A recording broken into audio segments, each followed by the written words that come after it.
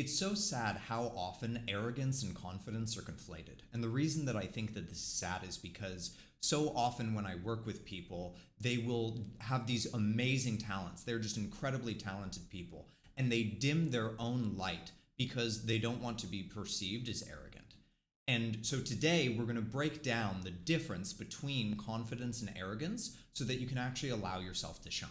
My name is Sean. I'm a mental health coach, and I help people get unstuck.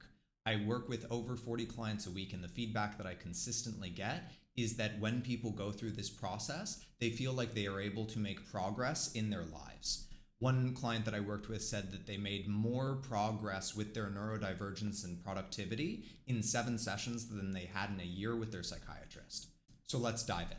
So what is the difference between confidence and arrogance? First, I want to tell you about a concept that I learned about recently called a bundled term, which is basically a term that can mean a whole bunch of things, and therefore when it's used kind of actually ends up meaning nothing. And confidence is a great example of a bundled term. Everyone uses it, but no one really knows what it means, so let's break down what confidence actually is.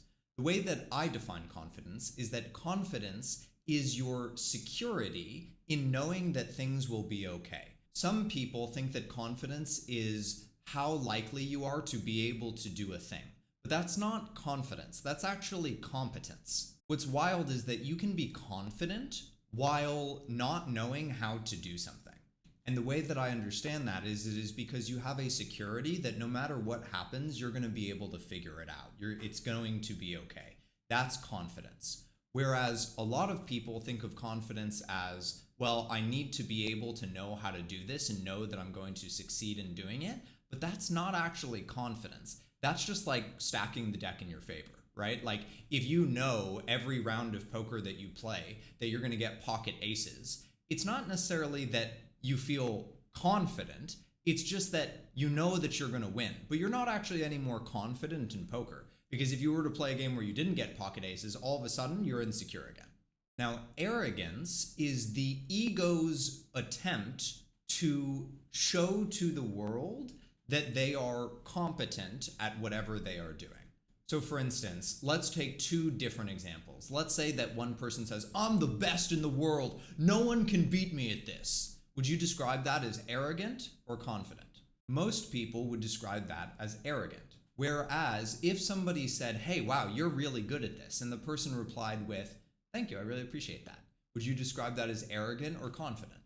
Most people would describe that as confident. And the reason is because the first one is showboating. The first one is trying to project out how good they are at something. If you are truly secure and think that no matter what happens, it's going to turn out okay, you don't have to boast. When someone is the best at something, they don't have to brag about it because they know that they're really good at it.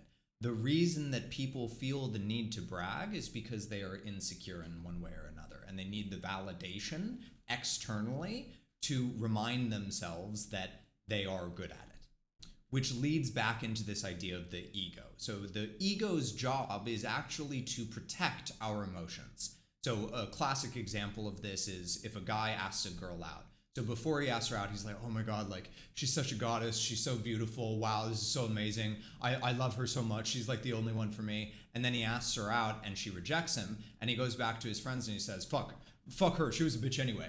This is such a great example of the ego popping up to protect the emotions. He doesn't want to deal with the feeling of rejection and, what that does to his emotions. And so instead, his ego pops up to protect him. The way that the ego helps to protect his emotions in that case is that it lowers the girl's sort of status in his mind, makes her seem not as important so that it doesn't hurt so much that she rejected him. Now, in the West, usually we think about ego as like someone with a big head, right? Somebody that's like, I'm the best, nobody can beat me.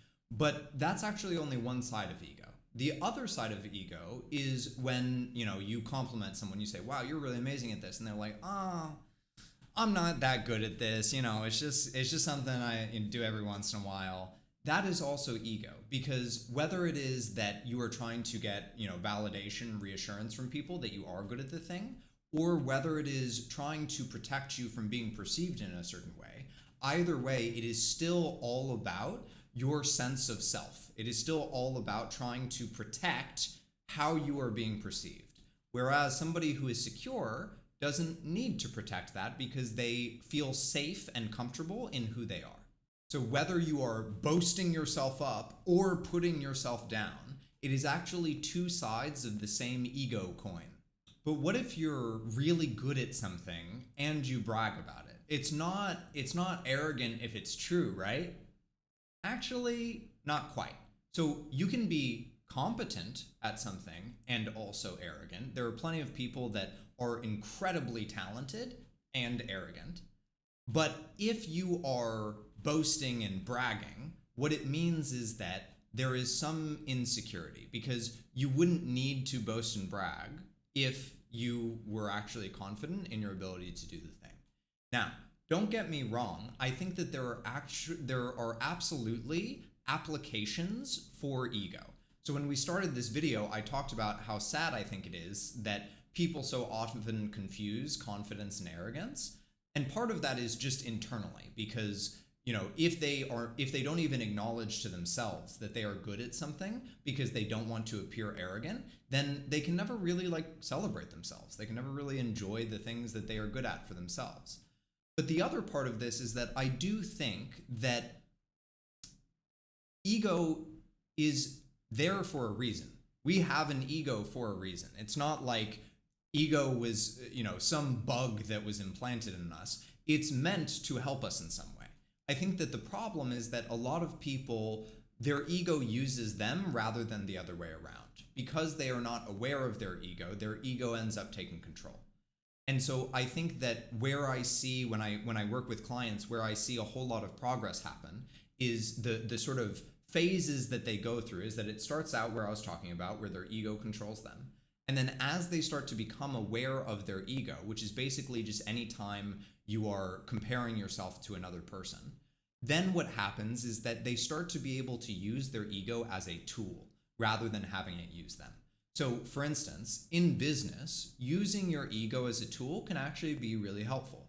Sometimes it is important to be able to brag about what it is that you do and the impact that you have, because that attracts people to you and helps you to get business.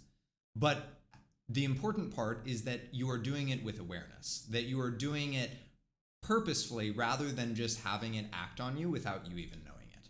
So it's really interesting because people all the time think ooh, confidence and arrogance, it's a fine line. But in reality, they are exactly the opposite, because confidence comes from a security in oneself, whereas arrogance comes from an insecurity in oneself.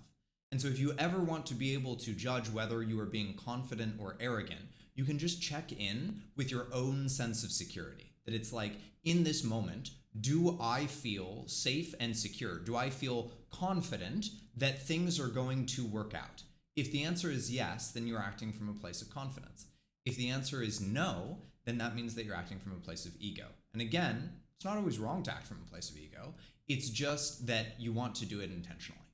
If you want to work on that transition from your ego using you to using your ego as a tool, I would love to sit down for a free, no pressure conversation with you where I offer any help that I can. I'll leave a link in the description where you can just let me know if you're interested. The other thing is that I always want to provide the best mental health resources that I can. That's why I do this, is to try to help people with their mental health. So in order to do that, it's really, really helpful for me to know what is and isn't working for you. So if this video was really helpful for you, let me know. And if this video was really unhelpful for you, let me know. There's a link to a quick little survey where you can tell me if it was helpful, if it wasn't helpful, what impact it had on you, and then also tell me about things that you would really like me to focus on in the future. So if you would take that, I would really appreciate it. It would help me out a lot.